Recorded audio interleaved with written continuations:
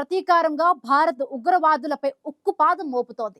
ఇప్పటికే ఆపరేషన్ సింధూర్ పేరుతో భారత సైన్యం జరిపిన దాడుల్లో పాక్ పీఓకేలోని కీలక ఉగ్ర స్థావరాలు ధ్వంసమయ్యాయి. భారత దాడుల్లో దెబ్బతిన్న క్యాంపుల పునరుద్ధరణకు పాక్ ప్రభుత్వం జైషే ఉగ్ర సంస్థ చర్యలు తీసుకుంటోంది. అంతేకాదు భారత హెచ్చరికలను ఏమాత్రం లెక్క చేయకుండా అమెరికా అండ చూసుకొని ఉగ్ర పాములను పాలు పోసి పెంచుతోంది పాక్.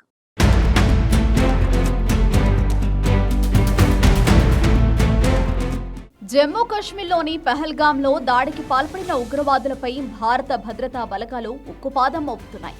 ఆపరేషన్ సింధూర్ పేరిట భారత సైన్యం జరిపిన దాడుల్లో పాక్ పీఓకేలోని కీలక ఉగ్ర స్థావరాలు ధ్వంసమయ్యాయి.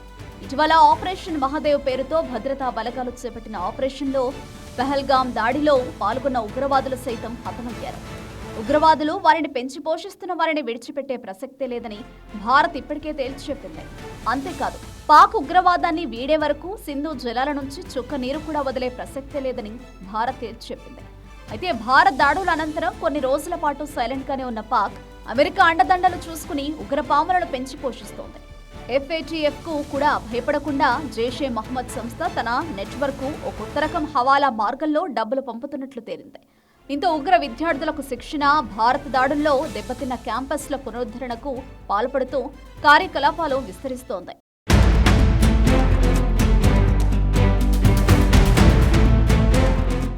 భారత్ హెచ్చరికలను పాక్ ఏమాత్రం లెక్క చేయడం లేదు.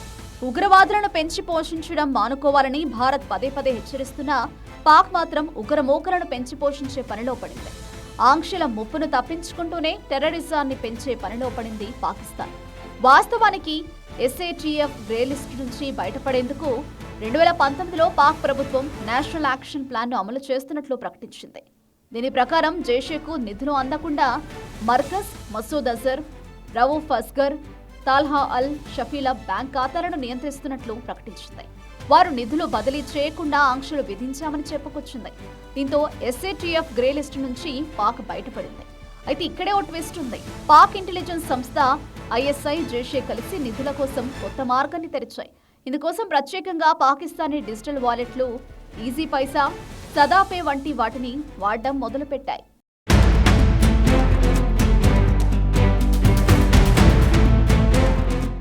భారత్ చేపట్టిన ఆపరేషన్ సింధూర్ ద్వారా మర్కజ్ సుభానల్లాతో పాటు 4 ఇతర శిక్షణ కేంద్రాలు ధ్వంసమయ్యాయి. వీటిల్లో మర్కజ్ బిలాల్, మర్కజ్ అబ్బాస్, మహమోనా జోయా, సర్గాల్ ఉన్నాయి. ఉగ్ర స్థావరాలను భారత్ ధ్వంసం చేసిన తర్వాత పాక్ ప్రభుత్వమే వీటిని పునర్నిర్మించేందుకు నిధులు కేటాయిస్తున్నట్టు ప్రకటించింది. మరోవైపు జైషే కూడా వీటి కోసం ఆన్లైన్లో నిధులను సమీకరించే పనిలో పడినట్లు ఇంటెలిజెన్స్ వర్గాలు గుర్తించాయి. ఈజీ పైసా అనే వాలెట్ ద్వారా 391 కోట్ల పాకిస్తానీ రూపాయలను సమీకరించాలని జైషే లక్ష్యంగా పెట్టుకుంది.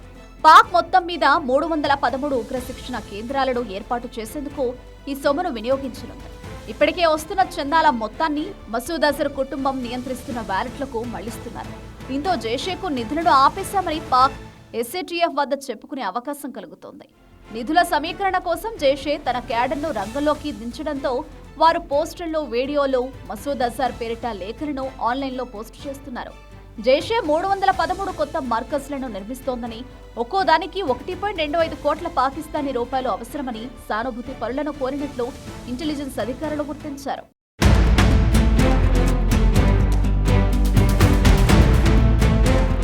ఉగ్ర శిక్షణ కేంద్రాలను ఏర్పాటు చేసేందుకు జైషే నిధుల సేకరణకు డిజిటల్ వ్యాలెట్లను వాడుతోంది. సదాపేలో తల్హా అల్ షఫీ పేరిట ఖాతా తెరిచారు. దీనికి హరిపూర్ జిల్లా commander Aftab Ahmad phone number వాడారు. ఈజీపే వ్యాలెట్ ను మసూద్ అజర్ కుమారుడు అబ్దుల్లా పేరిట నిర్వహిస్తున్నారు. మరో ఈజీపే వ్యాలెట్ ను ఖైబర్ ప్రావిన్స్ జైషే కమాండర్ సయ్యద్ సర్దార్ పేరిట ఉంది. ఇవే కాకుండా ఆ ఉగ్ర సంస్థల సభ్యుల పేరిట మరో 250 వ్యాలెట్లు కూడా చురుగ్గా పనిచేస్తున్నట్లు ఇంటెలిజెన్స్ వర్గాలు గుర్తించాయి. అంతేకాదు మసూద్ అజర్ కుటుంబం 7 నుంచి 8 డిజిటల్ వ్యాలెట్లు నిర్వహిస్తున్నట్లు ఇంటెలిజెన్స్ వర్గాలు భావిస్తున్నాయి. వాటిని ప్రతి 3 లేదా 4 నెలలకు మార్చేస్తున్నారు. వాటిల్లోని భారీ మొత్తాలను కొత్త ఖాతాలకు బదిలీ చేస్తున్నారు. తొలుత ఓ ఖాతాలోకి భారీ మొత్తాన్ని చేర్చి అక్కడి నుంచి నిధులు డ్రా చేయడం కోసం 10 నుంచి 15 ఖాతాలకు చిన్న మొత్తంలో పంపిస్తున్నారు. జైషే సగటున నెలకు 30 కొత్త వ్యాలెట్లను యాక్టివేట్ చేస్తుండటంతో నిధులు ఎక్కడి నుంచి వచ్చాయి, ఎటు వెళ్లాయో గుర్తించడం ఇబ్బందికరంగా మారింది. ఆ సంస్థ 80% నిధులు వీటి ద్వారానే వస్తున్నాయి. గల్ఫ్ దేశాల నుంచి వీటిలోకి అత్యధికంగా సొమ్ము వస్తున్నట్లు తెలుస్తోంది. ఈజీ పైసా జైషే నిధులకు మార్గంగా మారింది. ఈ సొమ్మును ఆయుధాల కొనుగోళ్లు, శిక్షణ కేంద్రాల ఏర్పాటు, కమ్యూనికేషన్ నిర్వహణ, విలాసవంతమైన కార్ల కొనుగోలు, మసూద్ కుటుంబ నిర్వహణకు వాడుతున్నట్లు తెలుస్తోంది. పాక్ ఉగ్రమూకలను పెంచి పోషించడాన్ని వేగవంతం చేసిన నేపథ్యంలో భారత్ ఉగ్రవాదాన్ని అంతం చేసేందుకు మరింత దూకుడు చూపించాల్సిన అవసరం ఉంది.